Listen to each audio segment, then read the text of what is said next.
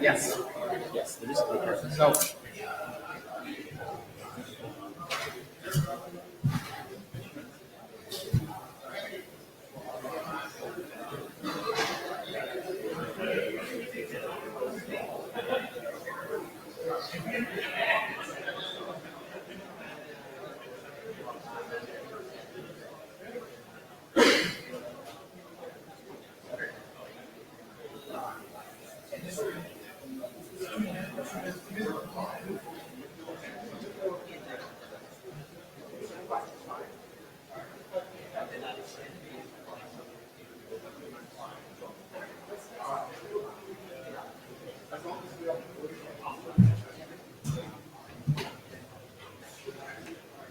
I think we're over time already. yeah, with Leo, I'm tempted to say if he takes longer with his Setup. main camp, we just let him run until, but I mean, Okay. we can ask. Right. Okay. Yes, we are.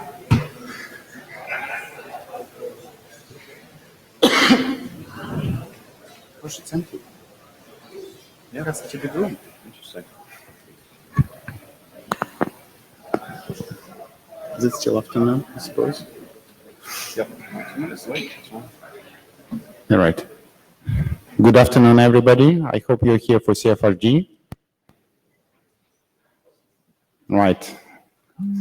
Please take your seats, finish your conversations.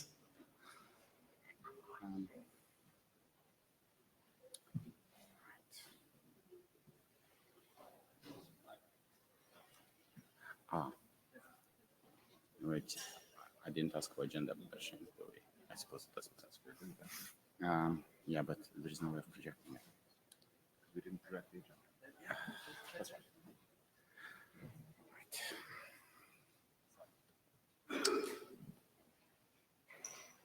Okay. So CFRG is part of IETF, so we abide by the same rules as IETF, so not well applies. I hope that's not the first time you've seen it this week.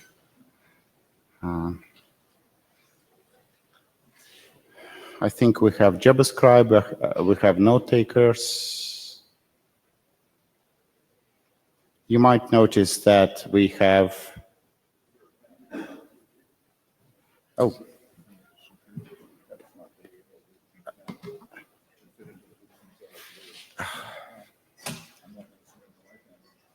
Just use this one.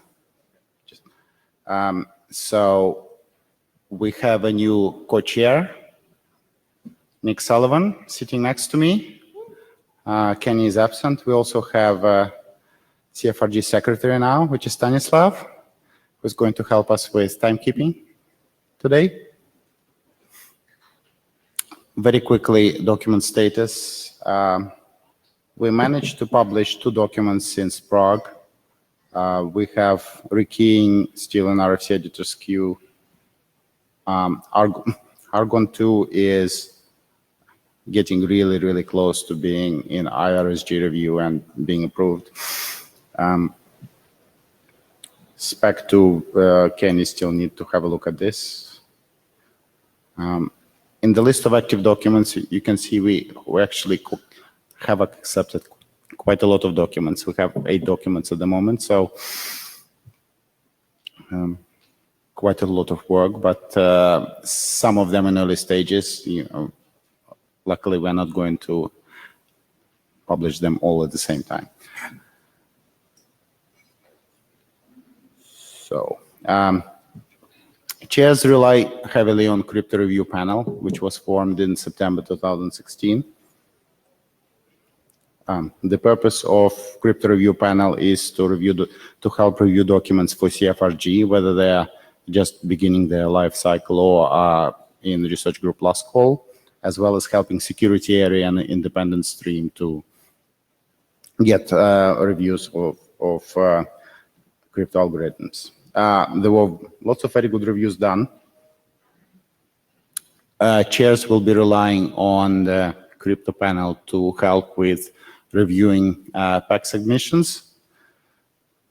In order to do that, we just, chairs just realized that the term of existing members already extended by 1 year would have ended in September, so we extended it till the end of the year. Also, we are reopening nominations, so we're looking for new candidates. So if you know somebody who will be good, whether they have more academic experience or even industry and protocol use experience, we are looking for both.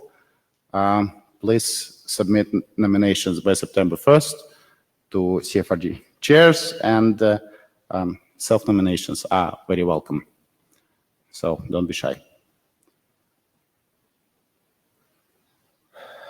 One of the main sort of big task that we started last time is Spec selection process. We have 8 submissions.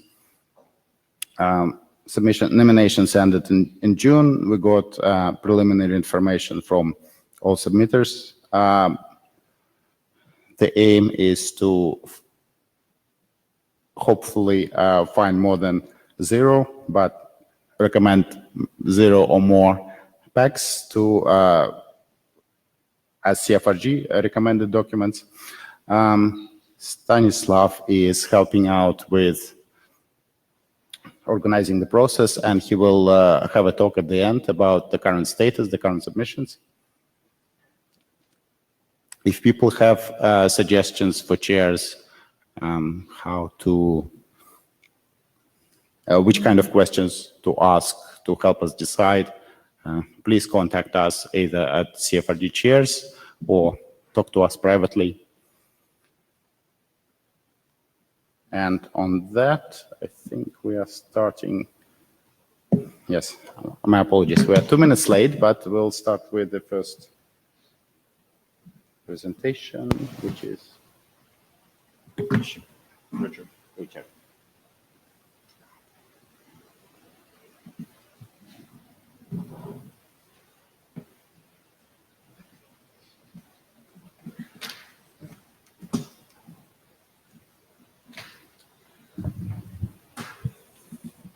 So this is about the HPKE draft, which is the current slightly suboptimal name, hybrid public key encryption, in that it is encryption that combines an asymmetric operation, public key operation with an AEAD. So this is now draft IRTF, CFRG, HPKE. We submitted 00 just before the draft deadline after having a successful adoption call. So let's get started. So made a couple of changes between the last individual version and this one that were kind of cleanup oriented. Sorry, I don't have the monitor here, it's not working. So the main change in this draft was to kind of clean up the logic. We had a diagram like this in the last deck when we presented this in Prague that had a lot more boxes.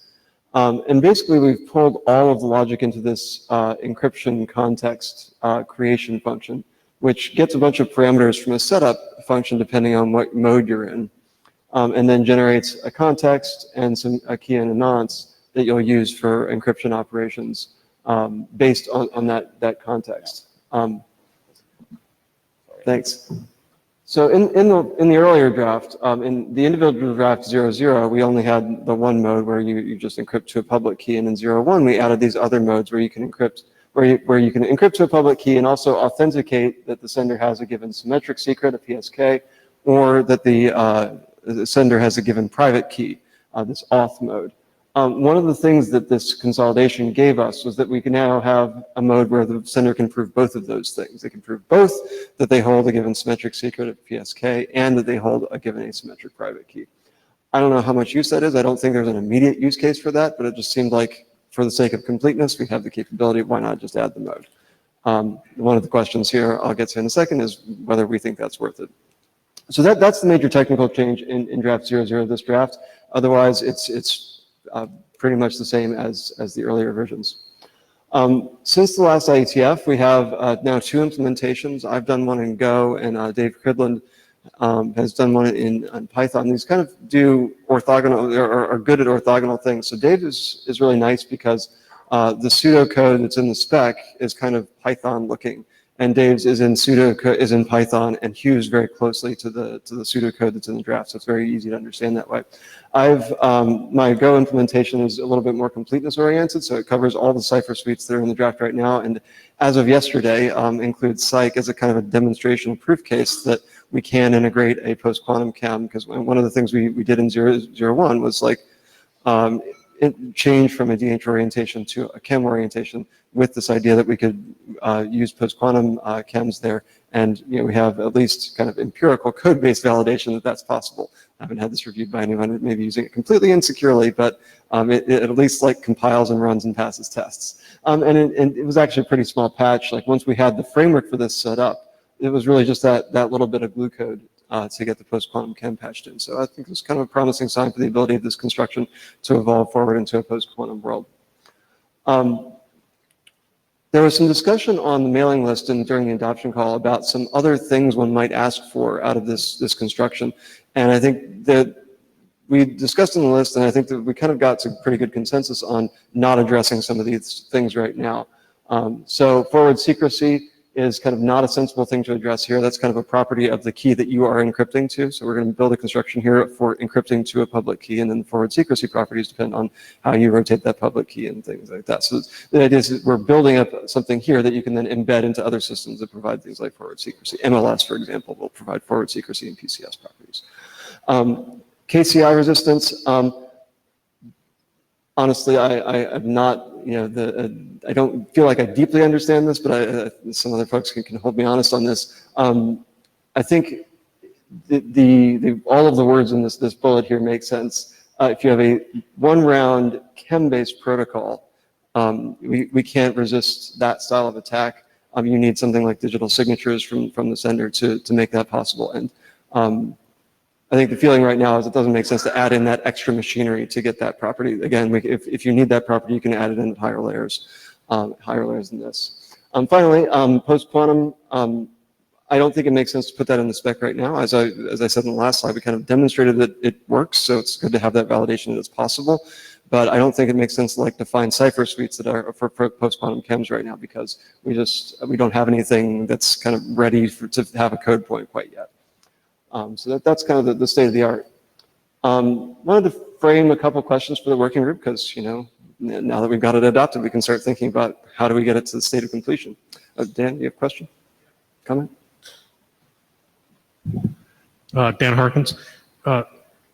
If the sender reused his key pair and then did DHKEM, then the context would produce the same secret and the same nonce, right? No, because there's an ephemeral key pair that's generated. In DHKEM case, there's an ephemeral key pair that's generated that is fed into the context that generates the key and the nonce. So that each encryption has fresh entropy. It's impossible to do a static in the DHKEM. Chris, you're nodding. Can you go to the mic, maybe? That's okay. Nodding is fine. Okay. Yeah, there is no mode where everything is static. that addressed the question. Yeah.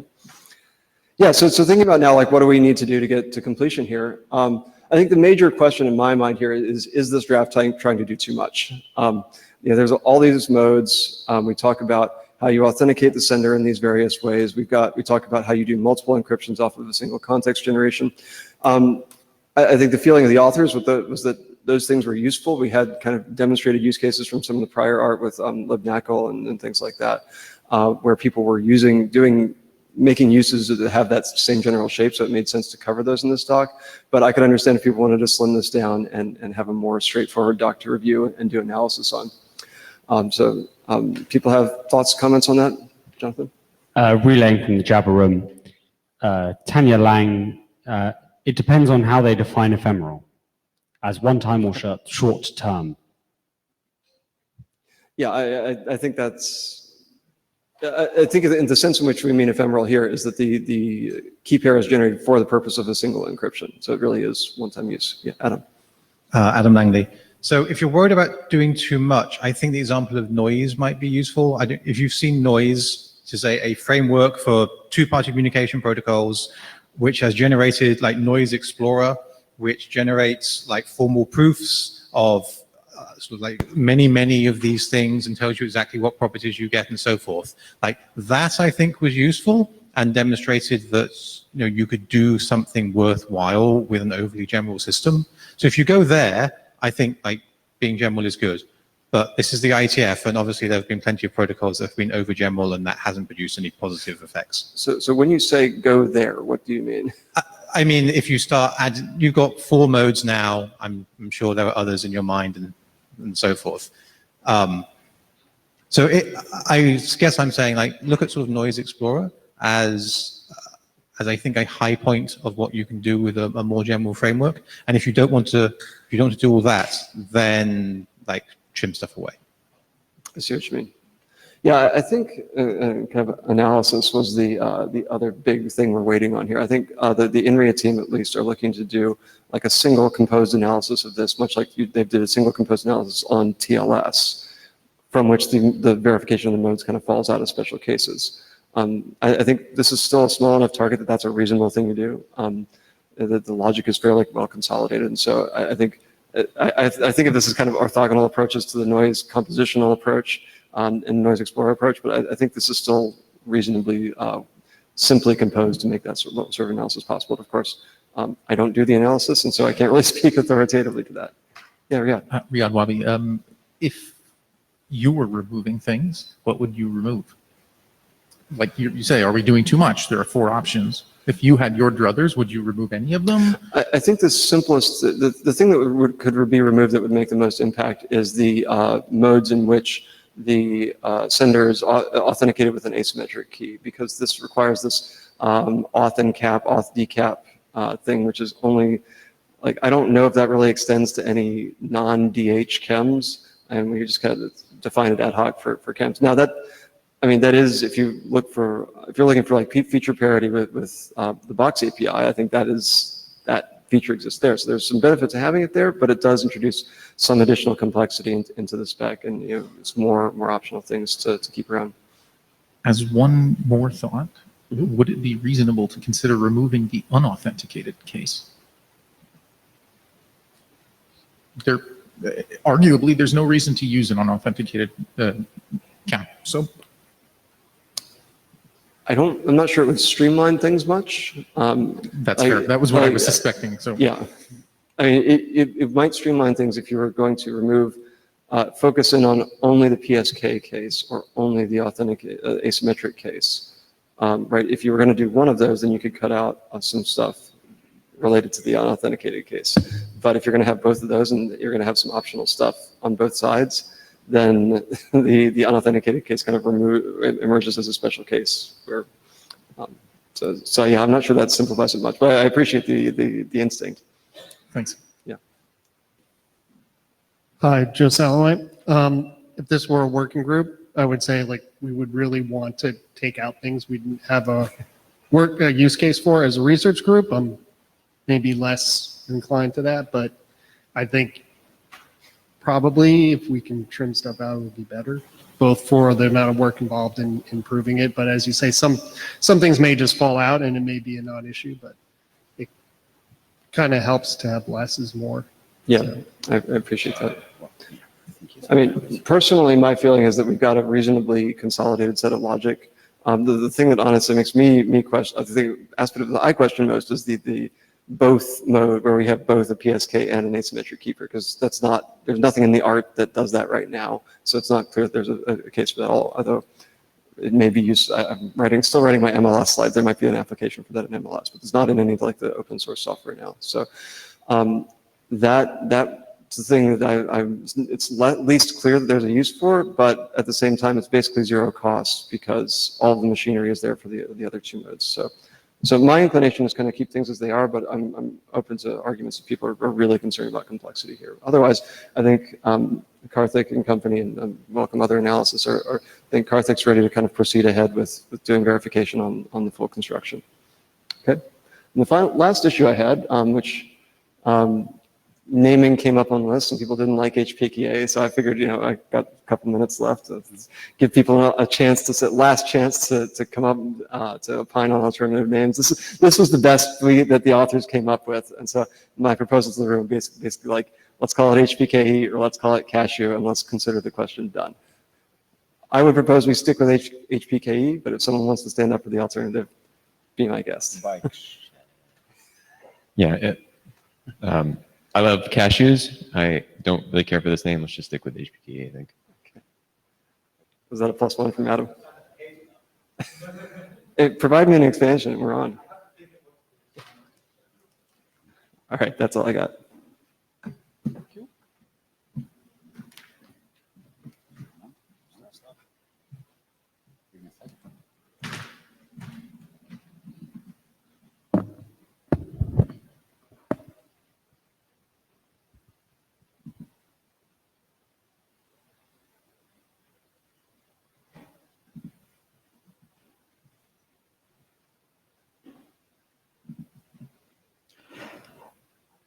Good afternoon, dear colleagues. Stanislav Smyshlev, CryptoPro, and this is a very short overview about MGM mode, which has been studentized in Russia as an AAD mode in 2019.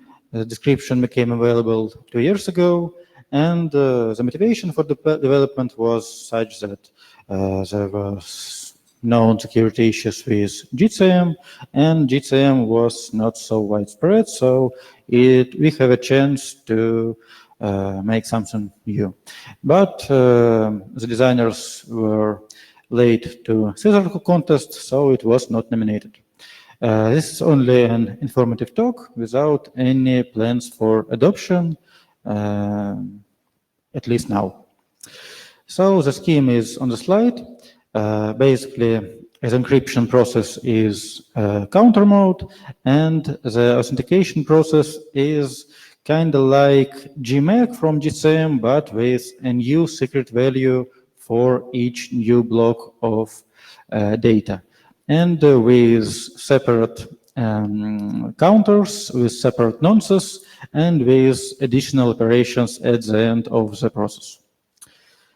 So if we consider the functional properties that are satisfied for GCM, we may see that except for the sixth one, they are satisfied for MGM, and with the sixth one, it is half satisfied, because if we have our nonce beforehand, then you can make these precomputations for authenticated data.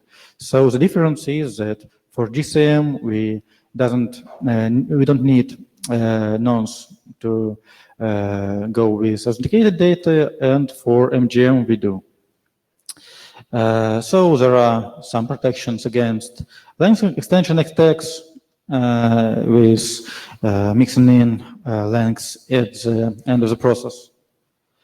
And protection against predictable collisions of counters due to separate initial values of counters and different processes of increment. So, and if we have a very brief overview of attacks on GCM, we may see that for all these kinds of attacks on GCM, we may see that MGM has some countermeasures to protect against them. Encryption of things here and there in the authentication process, usage of separate and distinct secret values for each block during authentication operation to counterfeit Sarnin-like attacks. We have some security bounds obtained, and they're present in this paper shown in the slide. And the last slide, very short comparison with our AAD modes. It can be seen that, but for GCM, it is right that none of the modes is better for all properties. So there is a certain subset of properties for which MGM can be preferred. So it can be used for some certain applications when its properties are desired. That's all, and there are some backup slides so that you can use if you want some additional operation. One very minor detail. GCM also has the interesting property that you can... Sorry? Scott Fluor, Cisco Systems. The GCM also has the additional property that you can actually implement it so that you can start encrypting before you know the additional data, even how long the additional data is. A very minor detail, but yeah, it's there. So yes, thank you for the comment. So in fact, yes, GCM in fact has a lot of good functional properties, and not all of them are enumerated in the slide. And if you'd like any comments about how some of them are or are not satisfied for MGM, I'd be happy to comment. Hi, Yovnir. So it seems like it has some real advantages over GCM. So why are you which makes me that it would be better, well, in some respect, to using ASGCM in, say, TLS or IPsec. So why are you not asking for adoption? So I'd like to announce here that I'm not the designer of the MGM, so I was the guy who was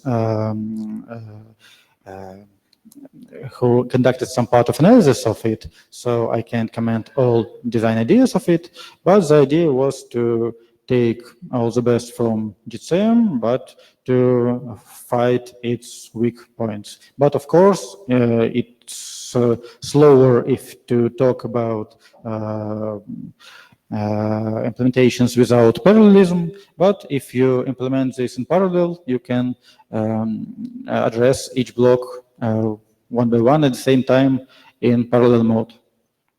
Question online. Hello. My question is really about the security comparison to ASGCM. None of the attacks you cited actually, the probability one, none of the attacks you cited break the break the security of ASGCM. The forgery probability is exactly what it says on the slides, and it looks like MGM is actually slightly worse. From that, it's also less efficient. And what are the properties you're gaining with MGM over AES-GCM? So thank you very much for the question. Yes, in fact, in addition to the countermeasures against certain attacks on GCM, MGM also has better security bounds if we consider authenticity. They are on this backup slide, so you can see that for some typical values of lengths and the number of blocks, MGM is better.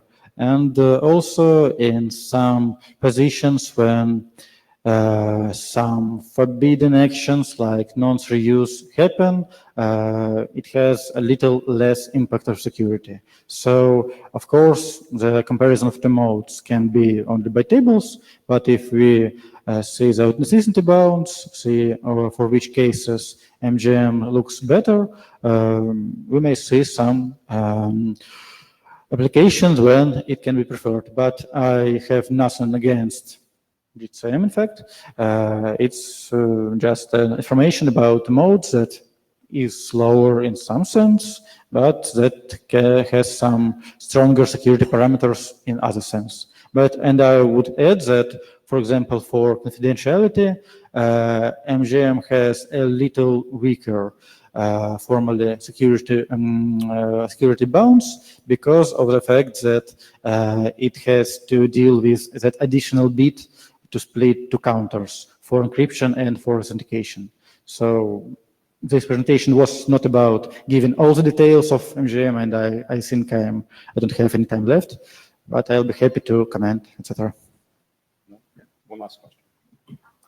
Yeah, so, but on your backup slide, it looks like that's the reverse of this slide. On the backup slide, you have GCM performing better than MGM. So what's the difference in the parameters here? For confidentiality, better than GCM, a little. And for authenticity, MGM is much better.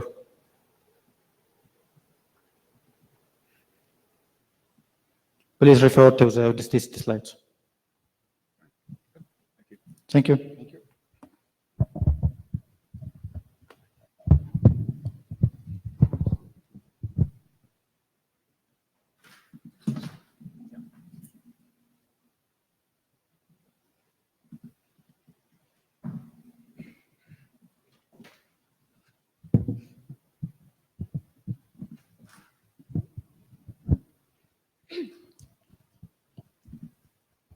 So, hello everyone. I am Shoko Yonezawa, and it is my first IETF, and I'm grateful to give a presentation here. Today, I will talk about pairing-friendly curves. So first of all, I give a brief overview of this presentation. So pairing-based cryptography, which I will explain later, is getting widely used, and the security evaluation of pairing-friendly curves, which realized pairing-based cryptography, has been changed due to the attack proposed in 2016. So introducing secure pairing-friendly curves after this attack are required. So to solve this problem, the goal of our draft is to show the latest security evaluation of well-known pairing-friendly curves and to show the new parameters for pairing-friendly curves with each security level, namely 128-bit or higher. So our draft is strongly related to the existing RG items. BAS signature scheme is one of the examples of pairing-based cryptography, and BAS signature scheme uses the Hassing-2 pairing-friendly curves specified in Hassing-2 elliptic curves. So thankfully, these drafts referring to our drafts. So let me explain the more details about pairing-based cryptography. Pairing-based cryptography is a kind of elliptic curve cryptography. The main difference is it utilized the special map called pairing. So, and thanks to the property of pairing, the cryptography with more functionality can be realized and getting widely used. Here are the examples of standards and implementations of pairing-based cryptography. For example, so we can see you can see the you can see ECDAA specified by TCG, FIDO, and WCC, and Intel SGX EPID for the remote anonymous attestation, which realizes the attestation in a privacy-preserving manner. Another example is BLS signatures, which enable signature aggregation and realizes the compression of certificates, the signature of certificate chain or the signatures of blockchain and so on. And more, in addition, the potential schemes are proposed in the research paper and can be realized in the future.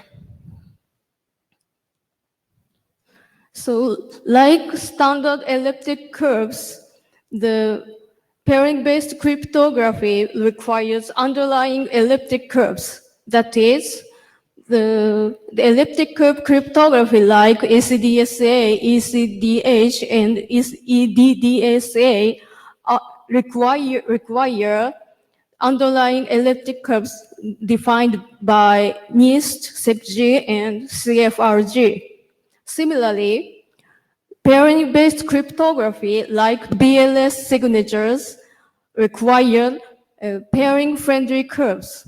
And like electrical cryptography, the security of pairing-based cryptography is estimated by the security of pairing-friendly curves. So let me explain what pairing is.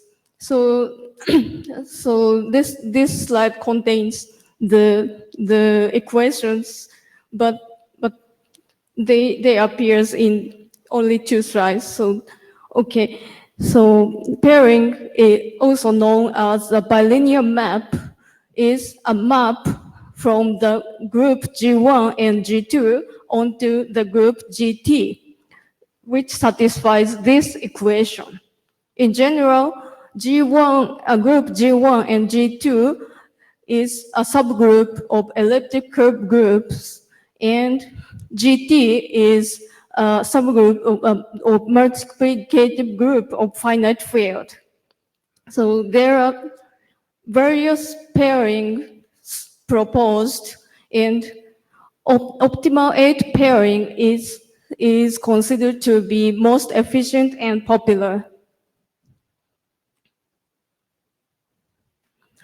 To compute pairings efficiently, pairing-friendly curves are introduced. Example of pairing-friendly curves include BN curve, BLS curve, and so on. So, and BLS curve varies in their embedded degrees. So, and the pairing-friendly curves vary in their key lengths, which determine the security strengths. So we call the pairing-friendly curves like by their curve family and key lengths, such as BN254, BN256, and so on. So how can we evaluate the security of pairing-friendly curves? As shown in the previous slide, the pairing-friendly curves contains 3 groups. G1 and G2 is chosen by the elliptic curve groups. They are based on ECDLP, elliptic curve discrete logarithm problem. By contrast, GT is chosen by a multiplicative group of finite field, so they rely on finite field discrete logarithm problem. So,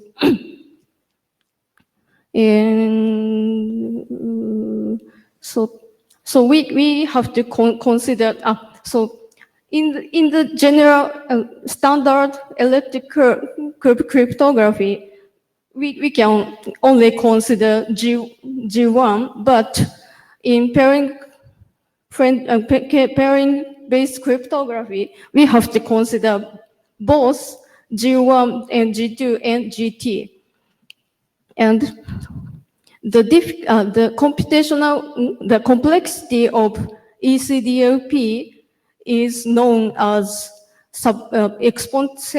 exponential, but the complexity of GT is known as sub-exponential. So we have to consider the difficulty of GT. In 2016, the algorithm to solve FFDLP was proposed. So at first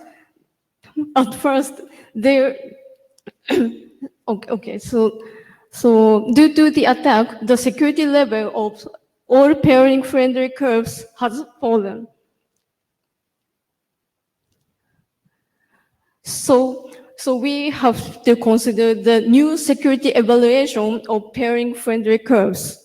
For example, after this algorithm, BN256, which are regarded as 128-bit secure so far, are fallen to the 100 bits of security now. So introducing new parameter for 128 security level is required. So in our draft, we select the parameters for each level of security in terms of their security and also the efficiency when implemented and how wide they are used now. Based on this evaluation, we in our draft, the 128 bits of security and 256 bits of security are introduced.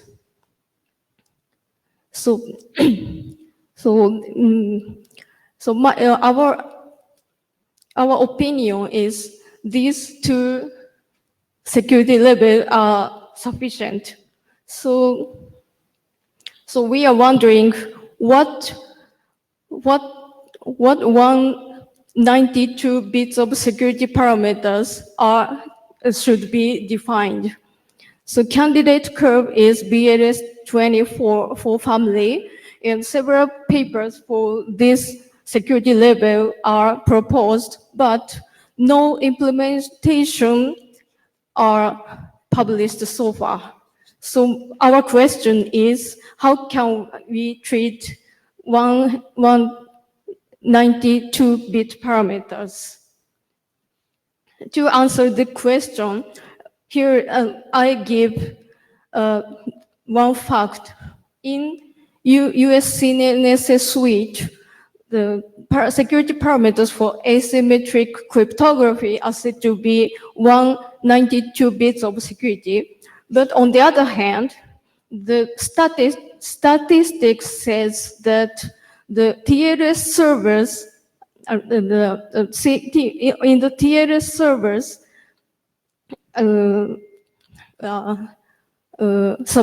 supports 256 bits of security rather than 192 security. So based on them, our consideration is we can select only 128 bit of security and 256 security.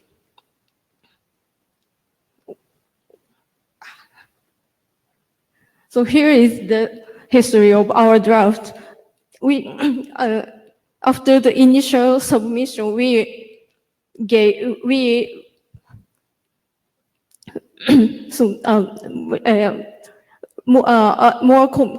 many comments are posted in the mailing list and revised according to them. So if you're interested in, we proceed our process.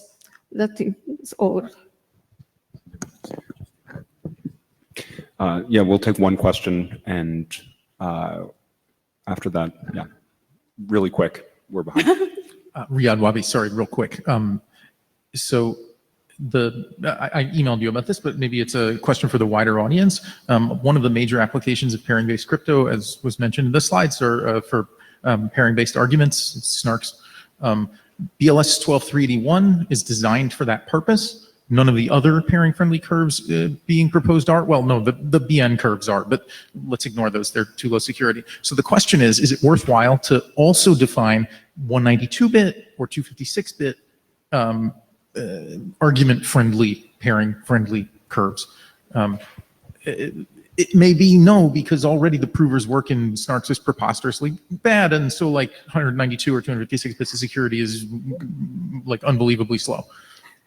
So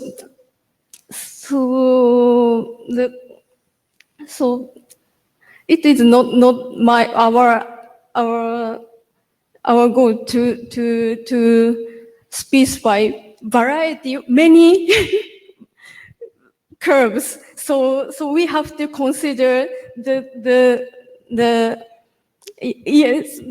multiple parameters are good, but so many parameters are not for implementers to implement because they are confused which curve to be implemented.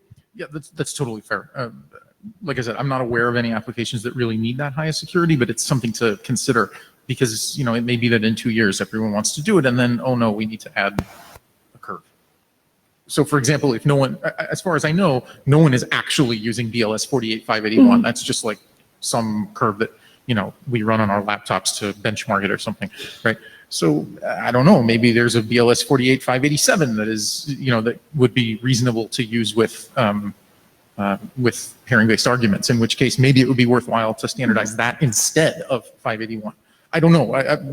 Like I said, I don't actually know if people are using 581, and I wouldn't suggest that we get rid of it if they are, but if they aren't, maybe get something that has both. Yeah, let's keep this on the mailing. Let's move this to the mailing list. Relaying from Jabba. Really quick.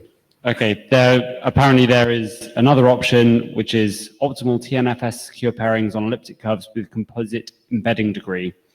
And there's a link to a paper if anyone's interested. Great, let's discuss that on the list. Last question. This is real quick. I just wanted to thank you for bringing this work to the CFRG. I think it's very important. We have a use case for it. We're interested in identity-based cryptography, and we're going to need some standardized curves. So I'd like to see this go forward. Great, and before we move forward, if it's great to see if anybody else here in the room has applications of pairing-based cryptography that they need to. So rather than a hum, if someone has an application, please raise your hand. Okay, so not many, but a few. Thank you.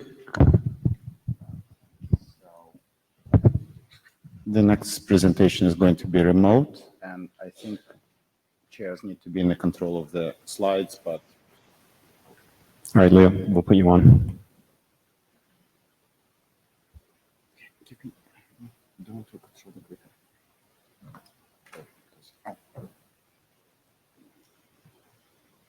We can't hear you.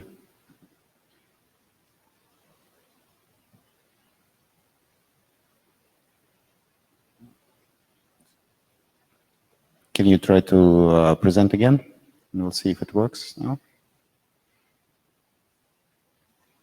If you struggle, we can swap presentations. We'll give you another chance later on. Better? Yes. Okay. Good old leave the page, open the page again. That's the trick. Great, we can hear you. Ready when you are. We can hear you, and just let us know when to advance the slides. Okay. Let's go.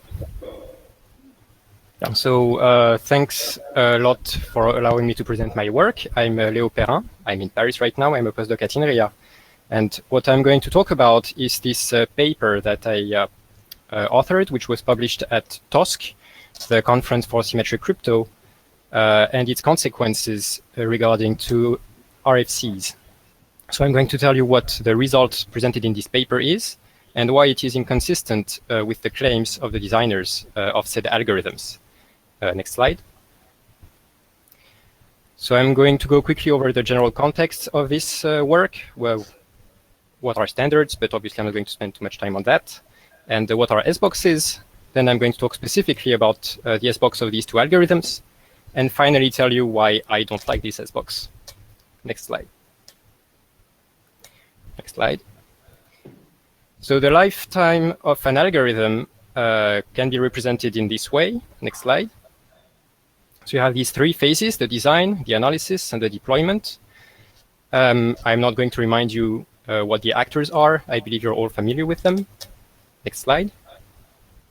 So when we design a new algorithm, we come up with a scope statement and we write down its specification. And much more importantly, we make choices during the design and we justify them. So we explain them and we justify them in the specification. And we also do a first security analysis.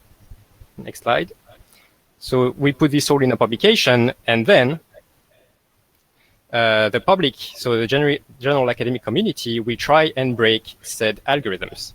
Next slide. If they manage, we put it in the trash. If not, next slide, eventually the algorithms are trusted and they are standardized. And then they will be implemented in actual products until a new attack is found. Hopefully not, but perhaps. This is the ideal world, and indeed it actually happens in this way in many cases, but not always. Next slide.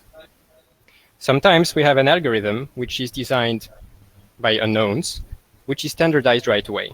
And we don't have the publication with all the explanation of all the design choices in this context. And as you can see, there is no trust anymore on these slides. Next slide. The problem we have in this case is that there could be hidden defects in the algorithm. Since for the analysis, we cannot leverage all this public information, all this explanation about the design choices, etc., we could overlook some aspect of the design and miss a flaw. The flaw could be intentional or not. It could be a perfectly honest mistake that we still cannot see because we don't have this information. Next slide. An Sbox is a very popular component of symmetric algorithms. It's usually the only nonlinear one. So an Sbox is a small nonlinear function which is so small that you can specify it using its lookup table. So typical size are 4 or 8 bits, and they can be designed in very different ways. So this is a survey I made during my PhD. There are many different structures. I'm not going to go over them. Next slide. How do we justify the choice of an Sbox? We can just look at what the designers of the AES did. So this page, you can see, was taken from the document whose URL I put in my slide. It was written by the AES designers. And as you can see, they have first a clear design goal. So they want their Sbox to be invertible, etc. Then they explain the motivation for the specific solution they chose. So it turned out there was a paper explaining that the inverse was very nice. So they went with that. They also identified a possible issue with this approach, which is that the algebraic expression could be too simple, and this could be an issue. So they found a way to remedy that. And then finally, they described the process they used to choose the actual Sbox of the cipher, the one they actually used. So this is how it should be done and how it is often done. This is not how it was done for these two algorithms. Next slide. Next. Yeah, thank you. These two algorithms, it's the hash function Stribog and the block cipher Kuznicki. Hash function and the block cipher, both are standards in Russia. Both are RFCs, although not from the CFRG. The chairs insisted on that. They are from the independent stream. They were designed by the TC26 along with a company, and the TC26 is a committee which is supervised by the FSB. What matters to me for now is that both of these algorithms use the same 8-bit Sbox, which they denoted by. Next slide. Over time, so first these algorithms were published by the GOST, so the Russian Standardizing Agency, and as RFCs. After that, next slide, we looked at them with my then colleagues from Luxembourg, and we found two decompositions of this Sbox. So we found two ways of writing it, which was very puzzling for us. We found the first one, and then we found the second one, which was completely different. So the conclusion of these two papers was that this Sbox was very mysterious, and there was more to it than we could find.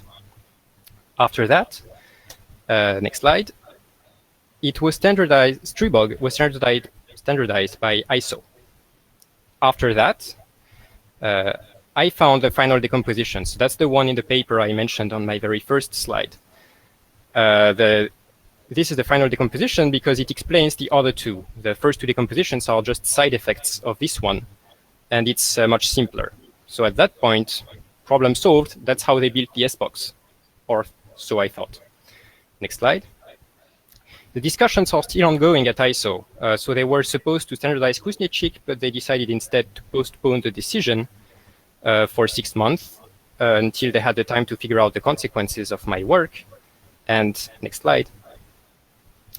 They would have to take a decision in September. So I mention ISO a lot here because actually they were like a side channel, as you will see. Next slide. So why do I not like said Sbox? Next slide. That's all we know about them. This is all the information that was provided by their designers, the lookup table. It's all you need if you want to implement the ciphers or the cipher or the hash function. But if you want to evaluate its security, it's not sufficient. Next slide. However, during discussions at ISO, the designers of Sbox and Kuznetchik did provide them some information. At ISO, it's behind closed doors, but this information was leaked. So I have put the URLs on my slides. And in these documents, you can read what is on the slide, namely that the Sbox Pi was obtained by pseudo-random search. No secret structure was enforced during its construction.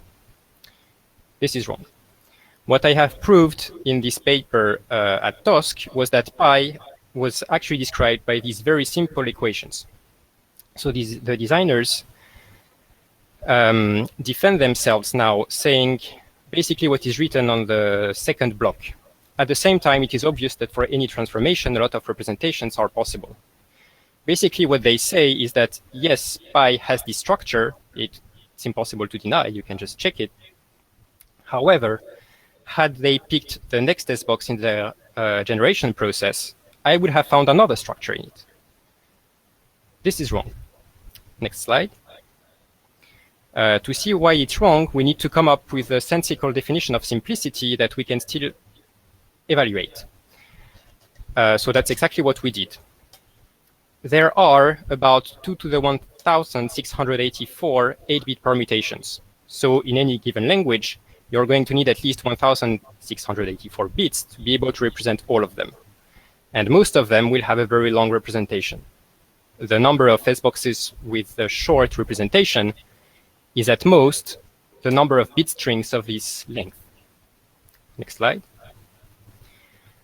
And this is an implementation of pi. It's C, not super readable C, but perfectly compilable C. And it's only 1,155 bits long. Next slide. In fact, we invited the CodeGolf community at Stack Exchange to come up with the best implementations they could find, so the shortest. And one of them, found by one Odsan, is only 624 bits long. Next slide. The probability that for a random Sbox, so one that you have obtained via a random search, is that simple, meaning that it can be implemented by a program this short, is at most 2 to the minus 1,000. And that's assuming all bit strings correspond to the AMD64 bit code implementing a permutation. It's not. It's wrong. It's not a tight estimate at all. It's an upper bound. And this upper bound on the probability is 2 to the minus 1,000, which I hope you will agree is very low. Next slide. So where do we go from here? Next slide. This statement by the designers that they had not enforced any structure in their algorithm cannot be reconciled with the shortness of their implementation, of the implementation of their Sbox. It is not possible to generate an Sbox at random and obtain in the output something with this simple a structure by chance. The probability is so low that it's beyond negligible. We're happy with 256 bits of security. Here we have 1,000. Next slide. I think what this means is that the designers have provided misleading information for the cryptographers who wanted to analyze their design. At first, they said nothing, which is not the best practice. And then at ISO, they provided wrong information. Next slide. I don't need to tell you how hard it is to do the security analysis of an algorithm. even if we have all the data in the world from the designers and all the goodwill from the designers, if we have not just an absence of information, but wrong information, it's even more difficult. And I can't think of any good reason to complicate further the task of external cryptographers. Next slide. That's why I think the designers of these algorithms cannot be trusted. These algorithms cannot be trusted, and why I believe they should be deprecated. I don't think we want to have RFCs for those. And that's it for me. Thank you. Okay, any questions? Well, I agree that we should, Baker, I agree we should stop using them, but I would really encourage people to find out how they, I assume that there's some jiggering going on, and I would really be interested to see how it could be exploited, which will be the next part. But we don't need to see the exploit in order to stop using it. I agree. We'll cut the line here. Okay. Yovner, so I guess you don't want me to write Kuznetchik for TLS thing. Okay, never mind. The question is, you're saying that ISO is standardizing it and they are making the decision in September. Suppose they do, who needs to use this? I mean, what does it mean that ISO is standardizing it? I encourage you to watch a talk given by Atul Luix at Real World Crypto this year, where he talks about the impact of an ISO standardization. In this case, he was worried about Simon and Spec, the ciphers from the NSA. But an ISO standardization can have more consequences in the sense that it could be enforceable in some cases to use these algorithms, like to force people to use these algorithms, if I'm not mistaken. But Atul explains it well in this real-world crypto presentation. It's on YouTube. Russ. Hi, Russ Housley. I am a little concerned about the things you've raised here, but I also feel like we've heard this story in the 1970s when Marty Hellman said, hey, there's something funny with these DES Sboxes. Don't know what it is, but it doesn't feel right. There's a symmetry in there. And then it turned out that that symmetry was put there to defeat differential cryptanalysis. It just wasn't publicly known yet. I don't know if that's what's going on here or something else, but you don't know. You just know something smells funny, right? Is that yes, there is a big difference also. As far as I know, in the case of the DES, the NSA never said anything. That's what they tend to do if you talk with them at conferences. They don't say anything. In this case, they said something which was wrong. I believe that's the big difference. I agree with that. The difference was the ISO registry didn't exist back then as well. Stanislav. Stanislav Mushlev. Leo, really, many thanks for your work. I am not a designer of the algorithms, but I work in a software company in Russia that uses these algorithms in the software that is provided for government and its requirement. And so I'm really very proud of you that you're spending so much time on analyzing this, because really an algorithm that is used must be analyzed thoroughly. But I have to mention two issues with the slides. First of it is that the absence of public information before standardization is not fully correct. Even in your paper, you cite the papers of 2014, and for Sbox, moreover, it was a public contest. I agree that it was not as public as it could be if it will be worldwide, but at least it was public with some prizes, and a lot of people outside of Russia participated. But in any case, I totally agree with you that any analysis and currently should be done. And about your point about the conclusion.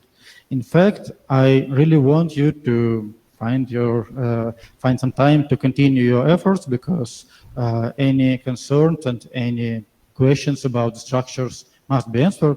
But if to be honest, if you would find something like Ferguson and Shumov in 2007, when there was a statement like, if the designers knew such discrete logarithm, then such an attack can be mounted. Then if you had some statement, such statement, then the question about it could be stated in Russia, could be stated in ISO, everywhere. But if you just say that there are some concerns, and even in the paper that you cite, a paper of Filiol, the author, Eric Filiol, says that there are quite different things, and the cosets is the only word that is in common. So you say that there are some structures, and some another structure can be used for exploit, but they are really different structures. It's like saying that when you use DLBG with elliptic curves and it has backdoor, and then ECDSA has a backdoor too. So of course you have very good results, and I want you to continue it, but they don't show anything about attack or backdoor now. But of course you should continue your work, and it will be very good. If you will find some attack or some method, I will be happy to discuss it with you, and maybe you'll.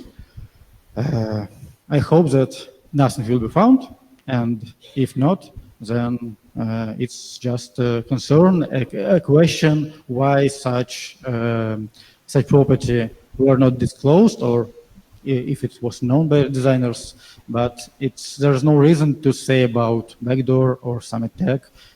It's just some properties. So I never claimed I had an attack. I actually was always clear, at least in the paper, I hope it's clear, that I do not have an attack that exploits these properties. I do not. That's a fact. And yes, there has been some external cryptanalysis of these algorithms, especially Sbox. There was indeed the Sbox competition, but at the time, the cryptographers could not also check the impact of the structure of the Sbox they had, the designers chose. They could analyze the cipher from its specification, but that's all they had to work with. And I think it's a bad thing. I think they should have had all the information at hand from the get-go. I shouldn't have to spend 3 years finding it by hand. And also, so yes, indeed. So I didn't talk about it in this talk because I didn't have time, and because it was perhaps it would take me too far. But the fact is that this Sbox interacts in a non-trivial way with cosets of the subfield. So it interacts with additive cosets, which is exactly what Filiol used. So it's not completely different. Half of the pattern involves additive cosets, which is exactly what was used in the backdoor of Filiol and Bagné. The other half is indeed multiplicative coset, which is different. That's also a fact. At the same time, the designers of Sbox also did not disclose the way their linear layer was built. And the way this linear layer is built is using matrices with coefficients in the finite field, and it's the same finite field as the one used to design the Sbox. So the linear layer also interacts in a non-trivial way with the subfield and its multiplicative cosets. And that's something we don't understand right now. So I cannot exploit this for an attack. Again, I want to be very clear on that. I do not have an attack against the cipher. But it's more than just finding a specific structure and not liking it. I have good reasons not to like it. And one of these reasons is because, again, it interacts with the subfield in a way which we don't understand so well, and we don't know how it interacts with the linear layer. But the main reason, which has little to do with the specifics of the property, is indeed the fact that the designers did not disclose it. What I have established, what I have proved with this code golf thing, is that it had to be put there by someone. Such a structure does not happen by chance. I don't know who that someone is, I don't know why, but it was put there on purpose.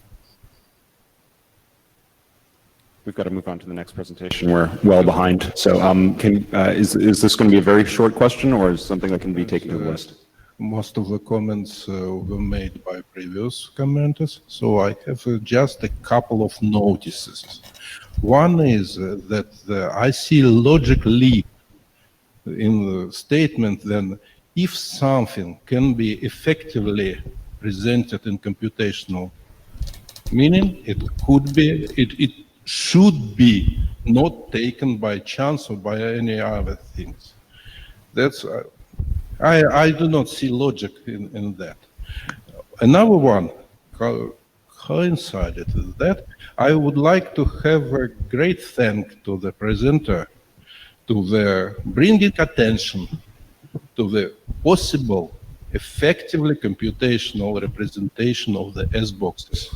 The developers of the ciphers are very thankful to you for that, and for the bringing the attention of code golfers to the having more efficient computational representations, which is extremely important in constrained environments. Thank you. Okay, thank you. And Leo, thank you for your presentation, unless you... I got it, okay. Okay, great. Riyad? Let's try to keep it fast so we can...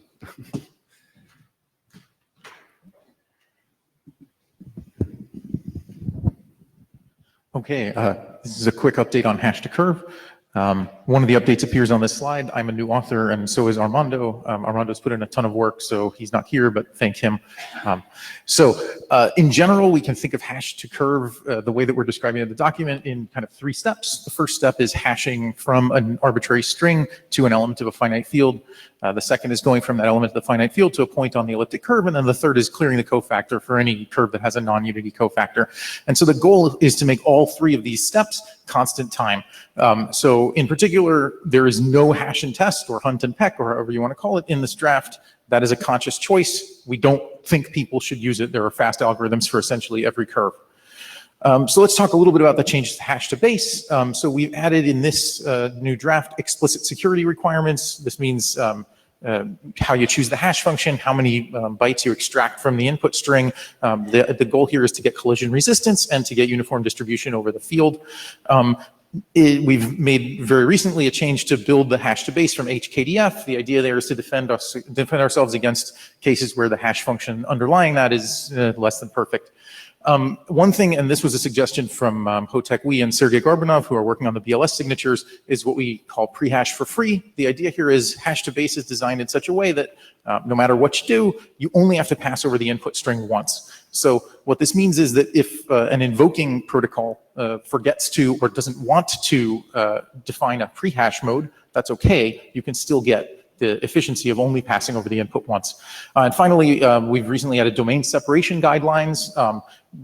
Domain separation in general is not a magic bullet, but it can save you, and it can be useful in proving properties about sort of compositions of protocols. So our hope is that people will use it proactively, and we give some guidelines for how to do that.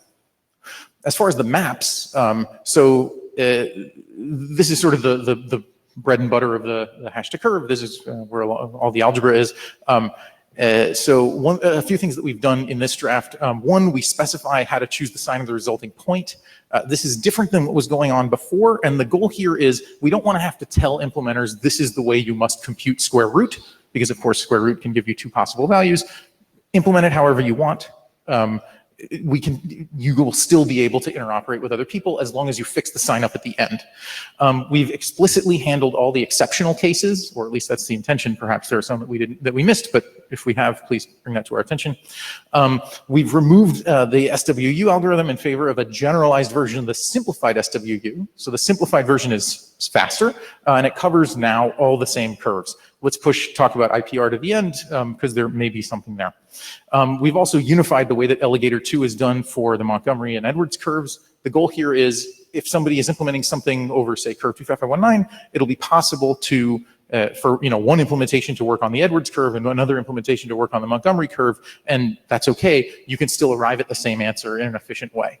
And finally, we've added a new map for pairing friendly and some other curves based on some work that Dan Bonet and I will present at Chess in about a month.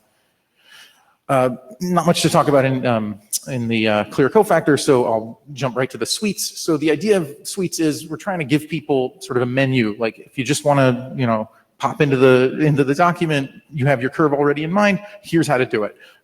So right now we're specifying suites for the NIST curves, and you can see them on the slide there. And the goal is we're going to provide for all of these suites sort of constant time optimized pseudocode. And of course, constant time with the proviso that all the underlying primitives are constant time. That's out of scope for the document. So for example, we're not going to tell you how to do constant time multiplication because you know that better than I do, certainly. But the assumption is, as long as you have those, the result will be constant time.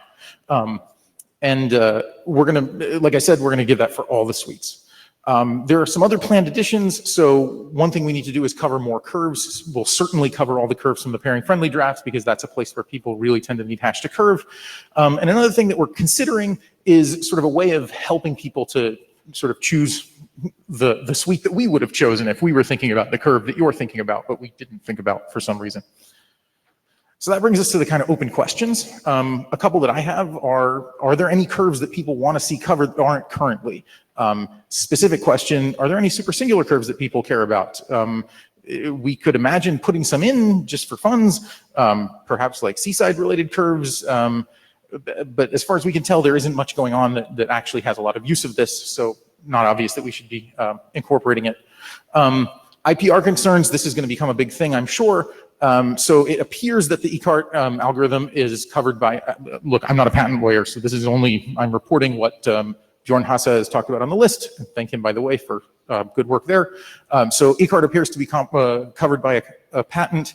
Simplified SWU also appears to be mentioned in a patent, but in a much narrower way, again, with the proviso that I'm nothing like a lawyer. So we need some fallback solution. One possibility is to bring back SWU, and we've talked about this on the list. I have an alternative proposal, which is to use the sort of the shallow and Van de Woestijn map, which is what underlies, that's the S and the W in SWU. So sorry to Ulas, we're not trying to kick you out. The idea is it's possible actually to get an even more general map than SWU with essentially the same performance and actually a simpler interface. So whereas SWU kind of breaks the abstraction that we're trying to build for map to curve, shallow and Van de Woestijn, works with the same interface. So from our perspective, it's strictly better, but of course we want to hear your feedback on that. So at this point, I'd love to hear any feedback, anything that we're not covering right now, any bugs in the document. Actually, thank you, Dan Harkins, who has already pointed out some bugs in the document. It's getting better. Thank you. Okay, all right, thanks, Rad. And let's move on to the PEG update. Yeah, just very quick question. So are you thinking it's one more revision, couple of revisions before last call, or? It certainly depends on how we count revisions. Okay. I mean, we can probably crush it all into one. Yeah, in principle, it's pretty close, basically. It seems like it's pretty close. There's organizational concerns and clarity concerns that we're learning about, and we have to cover a few more curves, but I don't think there are huge changes coming. Okay. Excellent. Thank you. So, yeah.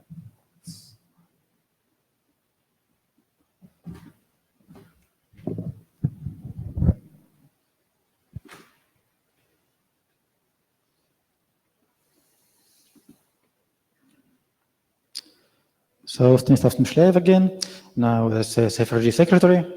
So we have this ongoing process of PEG selection process, and I'd like to give an overview of our current status. So it all started at IETF103 when there was a decision to start the process to involve crypto review panel to come up with recommendations.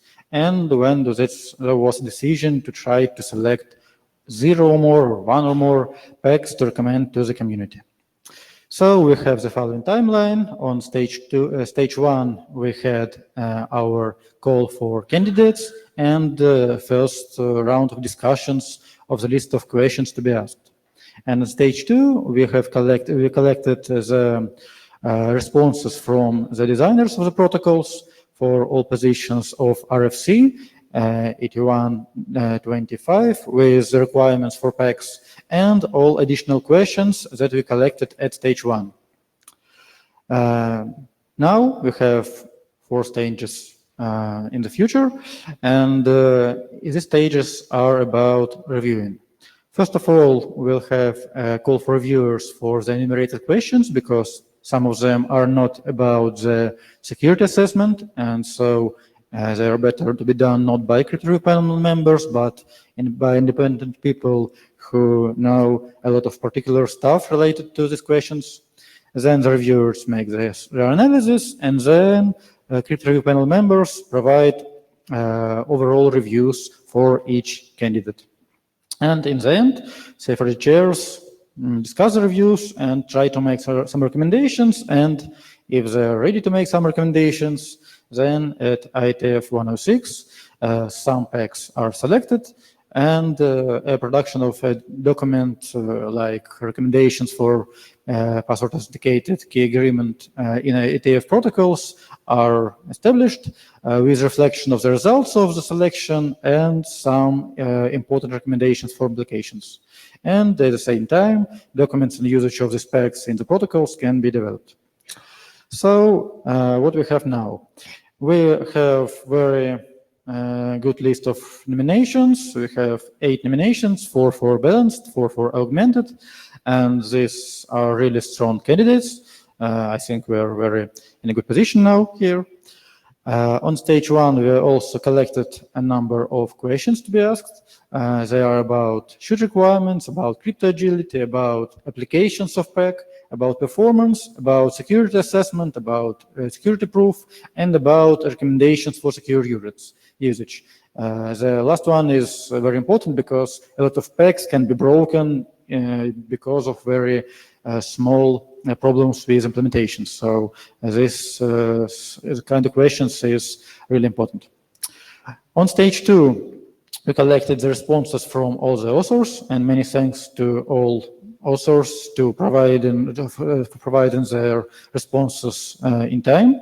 And there was responses for requirements of RFC 8125 and the opinions and the questions collected at stage 1.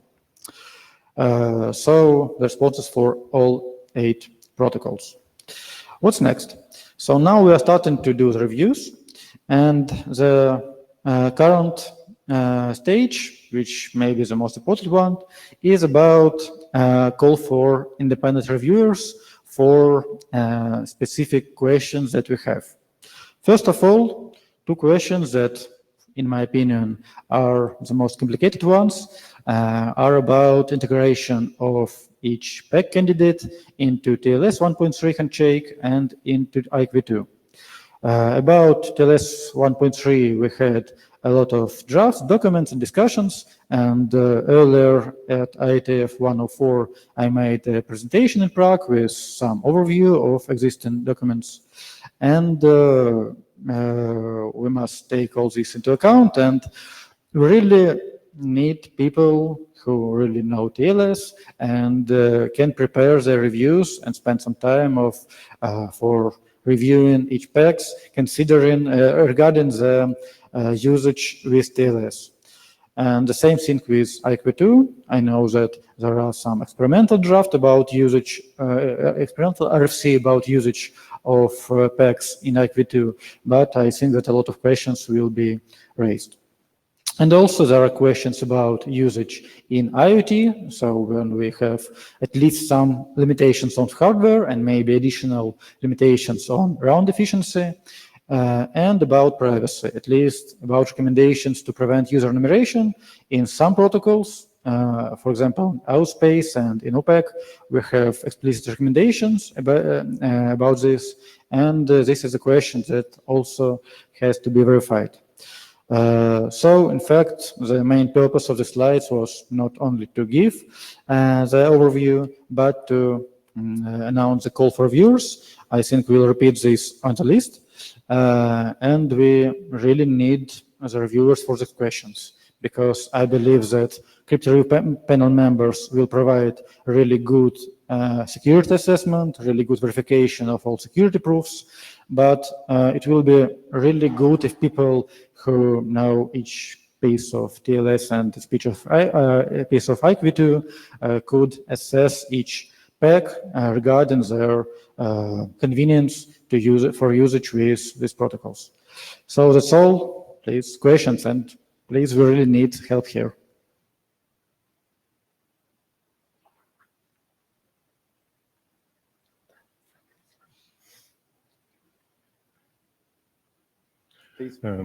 Hello. Maybe one formal remark for the process of finding independent reviewers. Main questions belong to interoperability with TLS and IPsec. based on my experience in ITU, in that case, use some kind of liaison statements to request people from these groups. I hope that the people from TLS and IPsec are here, but it can be not the case, or not such so much people, so many of them here. I propose to ask corresponding working groups and working group chairs to assist in finding independent reviewers from the people working in these groups. Thank you. I think that we'll have the comment, yes, or the question. We certainly have people who are experts in TLS in this room, so Yes. staring at some of them. Yeah, and the IKE people too. Yeah. And we did announce in the TLS working group at least that this competition was going on and that we needed reviewers. Relaying from Jabba. Jorn, I don't know, says, could you post a place where to find the replies regarding VTBPEKE? I did not find it on the mailing list. Sorry, could you repeat it one more time? Did we have Could you post the replies regarding, I'm not even going to try, VTBPEKE? Of course, there was replies about VTBPEKE and it was collected and it was on the slides. So yes, for all protocols, including this VTBPEKE, we have the responses and yes, we've collected them, so no problem here. Are they published somewhere? They was sent, some of them was sent in the list, some of them was sent directly to the chairs. So I think that on stage 3 or stage 4, we just publish all the stuff that we collected, because some answers was not in the single message, some were in the PDF. So we'll try to organize this in some case, in some sense, and publish it for reviewers in a convenient way. Yeah, collecting all the responses in one place would be a good Yes, idea, yes, right? we'll do this, but the responses even was obtained after the deadline, if to be honest, some responses. So we'll integrate them into 8 groups and have this ready for the reviewers. Sorry, I have an is typing here, so I'm just waiting to see if anything comes up. So nothing. Okay. All right. Okay. So, and if you have any other considerations about the process and any other questions to be asked, please tell at least the chairs, because I think that all new questions can also be considered by the crypto review panel reviewers, like Alexei said in his beginning in the chair slides. So all new questions are still welcome, I think. Okay, thank you. And a reminder to the group that we are soliciting more participants for the crypto review panel. We expect this review of PEGs for the reviewers to review multiple PEGs rather than one, so that we have a consistent comparable review. We may gather them in respect to augmented, all 4 augmented. Well, we have 4 of each, so it may be 4 per reviewer. So this is quite a large request, and so we would hope we have some dedicated people that have the energy and time to put into this. So we'd appreciate emailing cfrgchairs@ietf.org. Okay, thank you. And by some miracle, we were 10 minutes late. We actually have 2 minutes left. So any other business? 1 minute left. Yes. No, that's great. Okay, thank you.